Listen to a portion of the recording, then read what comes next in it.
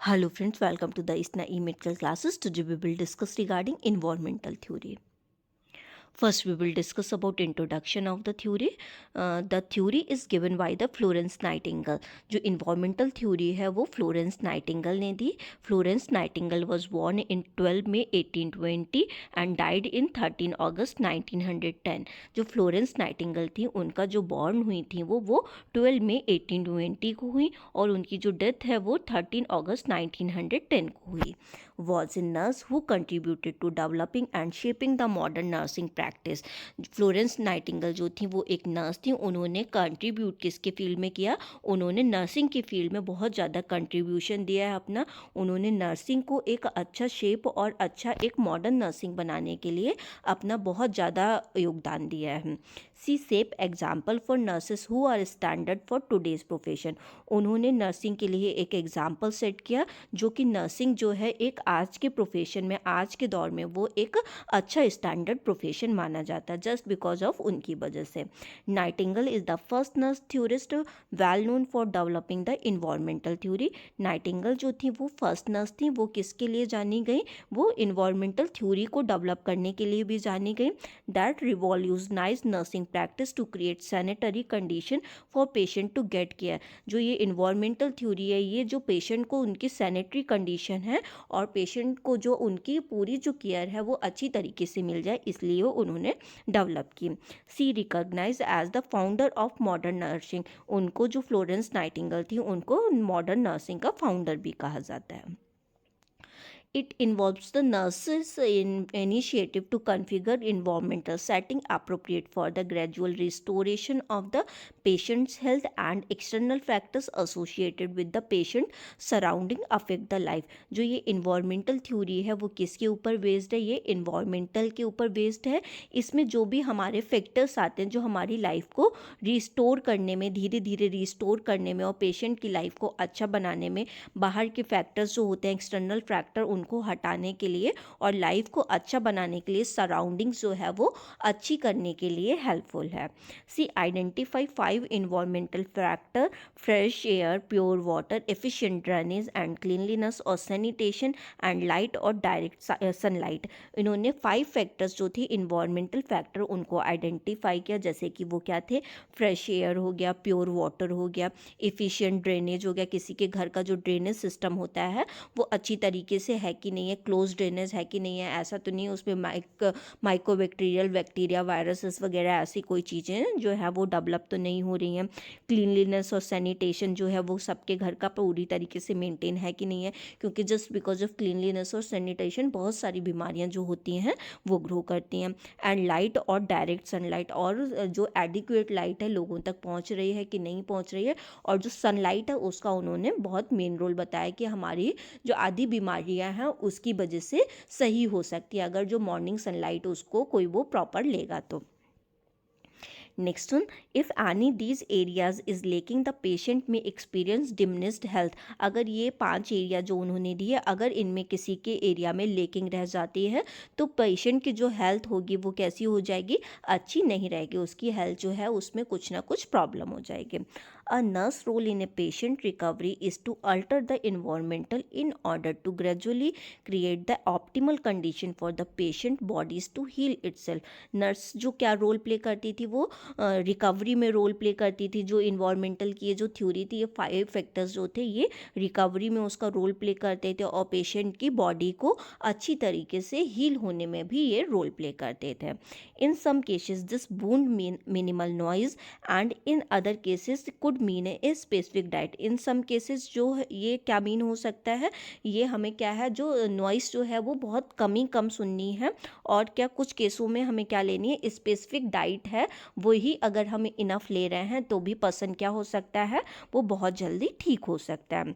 All of these area can be manipulated to help the patient meet his or her health goals and get healthy. ये जो area है ये किस में help करते हैं? पेशेंट को मैनिपुलेट करते हैं कि अगर इनको ये नीड जो है उनको सही तरीके से मिल जाए तो क्या होगा, अगर उनके हेल्थ गोल जो है वो अच्छी तरीके से मिल जाए तो पर्सन कैसा हो जाएगा, हेल्दी हो जाएगा। तो अगर ये पर्सन की बेसिक नीड ही है एयर, वाटर, हंगर, ठीक है, और सैनिटेशन अच्छा है, अगर उसको अच्छी तरीके से हील किया जाए और क्या है उसको मिनिमल नॉइस दी जाए, अच्छे खाने को दिया जाए, अगर ये सारी चीज़ें अगर पेशेंट के पास में है तो पर्सन क्या होगा, वो बहुत जल्दी कोई भी बीमारी से वो हील हो जाएगा। Next one, conceptual framework. ये कॉन्सेप्चुअल फ्रेमवर्क जो इन्वायरमेंटल थ्योरी का है, इसमें क्या क्या चीज़ें आती हैं, नॉइस है, एयर हो गया, हमारा न्यूट्रिशन हो गया, लाइट एडिक्वेट है, किसी का बेडिंग सिस्टम जो लेट रहा है वहाँ पे एडिक्वेट है, प्रॉपर है वो कि नहीं है, वैरायटी ऑफ चीज़ें मिल रही हैं कि नहीं मिल रही हैं, हेल्थ ऑफ हाउसेस उसकी कैसी हो रही है, ठीक है, जो भी हेल्प उसकी हो रही है, चैटरिंग होप्स लोग उसके लिए उससे क्या एक्सपेक्टेशंस कर रहे हैं, क्लीनलीनेस उसके घर की मेंटेन है कि नहीं है, वेंटिलेशन प्रॉपर है कि नहीं है। तो ये सारे अगर इस एस्पेक्ट में पर्सन को केयर मिलेगी तो पर्सन जो है वो बहुत जल्दी ठीक हो जाएगा। Next one, concept of the environmental theory. Concept of the environmental theory किस पे फोकस्ड है, the 10 major concept of the environmental theory also identified as Nightingale canons are. जो नाइटिंगेल के जो इन्वायरमेंटल थ्योरी के जो कंसेप्ट हैं वो 10 मेजर कॉन्सेप्ट के फील्ड में नाइटिंगेल ने बात की है। क्या क्या है, वेंटिलेशन एंड वार्मिंग, पर्सन को एक एडिक्वेट वेंटिलेशन होना चाहिए, उसका जो डोर और विंडो है उसको मतलब पूरा अच्छी तरीके से हमें जब अगर घर और बना रहे हैं तो उसका डोर और विंडो जो है वो अच्छी तरीके से ओपन होना चाहिए, उसे एडिक्वेट वेंटिलेशन मिलना चाहिए, ठीक है। वेंटिलेटर्स जो हम अपने दरवाजे के ऊपर लगवाते हैं वो प्रॉपर होने चाहिए जिससे कि पर्सन के पास में एडिक्वेट वेंटिलेशन रहे, चाहे हॉस्पिटल में हो चाहे वो घर में हो। लाइट एंड नॉइस जो है उसको प्रॉपर मिलना चाहिए, नॉइस जो है उसे मिनिमल साउंड देना चाहिए, अगर अच्छे से साउंड मतलब जो है साउंड उसके पास में कम रहेगा तो उसको इरिटेशन वगैरह नहीं होगी, लाइट एडिक्वेट होगी तो वो अच्छी तरीके से हील करके सही हो जाएगा।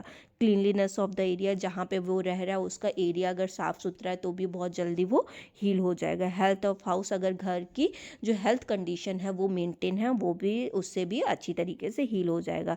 बेडिंग, उसका घर का जो बेड पे जिसमें लेट रहा है, जहाँ अगर हॉस्पिटल में लेट रहा है तो उसकी बेडिंग जो है वो प्रॉपर होनी चाहिए, विदाउट रिंकल्स वगैरह उस पर नहीं होने चाहिए, अगर रिंकल्स होते हैं तो उसको बेड सोर्स वगैरह होने के भी वैसे चांसेस रहते हैं।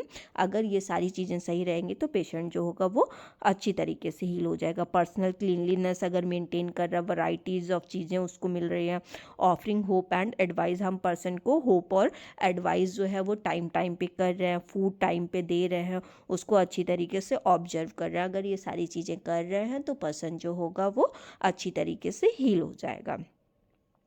कंक्लूजन क्या कहता है इन्वायरमेंटल थ्योरी का, the environment paradigm in nightingales model is understandable the most important aspect.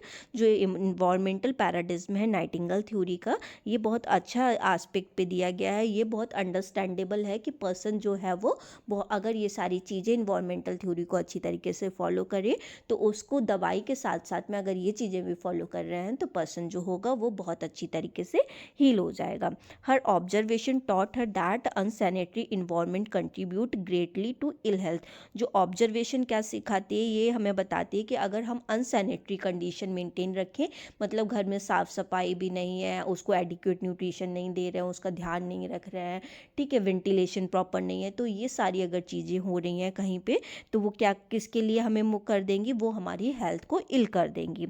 And that the environment can be altered in order to improve condition for a patient and allow healing to occur. तो हमें वो environment जो है unsanitary condition वाला उसको sanitary condition में हमें exchange करना है और फिर क्या हो जाएगा, उसकी कंडीशन जो होगी पेशेंट की इम्प्रूव हो जाएगी और पेशेंट की जो हील है वो अच्छी तरीके से होने लगेगी, मतलब पेशेंट जो है वो बहुत अच्छी तरीके से जल्दी हील कर जाएगा।